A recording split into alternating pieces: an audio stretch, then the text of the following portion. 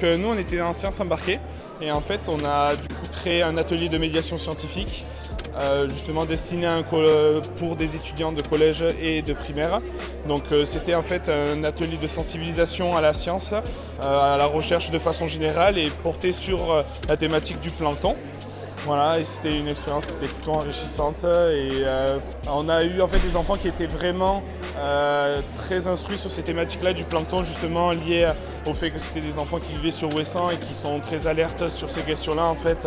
Et ben nous, on était sur le projet Rêve d'Arctique, où on a développé un scénario et une réalité virtuelle dans le cadre d'une médiation scientifique sur l'Arctique.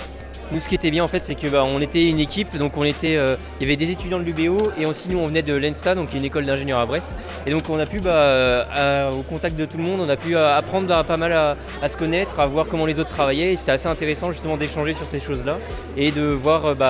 Eux, ils s'occupaient plutôt de la partie biologie, nous plutôt des côtés techniques. Et on a assez bien réussi à converser pour aboutir à ce scénario, à la présentation en réalité virtuelle qu'on a construit ici et jusqu'à la fête de la science aussi. On va la présenter à la fête de la science. Voilà.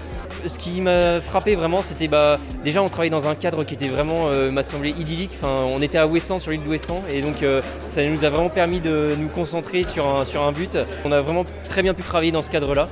Et puis donc on a eu une super équipe, donc vraiment on s'est tous bien entendus et j'ai trouvé ça vraiment chouette. Ouais, la dynamique d'équipe était super, mais surtout c'était hyper intéressant de créer vraiment une médiation scientifique parce que c'est un exercice qui n'est pas forcément facile et on s'est un peu creusé la tête pour créer un scénario qui tient la route, mais je pense qu'on est hyper fiers de pouvoir présenter justement une expérience de médiation scientifique en réalité virtuelle sur l'Arctique qui n'est pas forcément une région hyper accessible, mais qui grâce à la réalité virtuelle, elle l'est un peu plus. C'était au niveau de l'association en fait entre justement les étudiants de l'Insta et du coup nous étudiants du master sciences biologiques marines.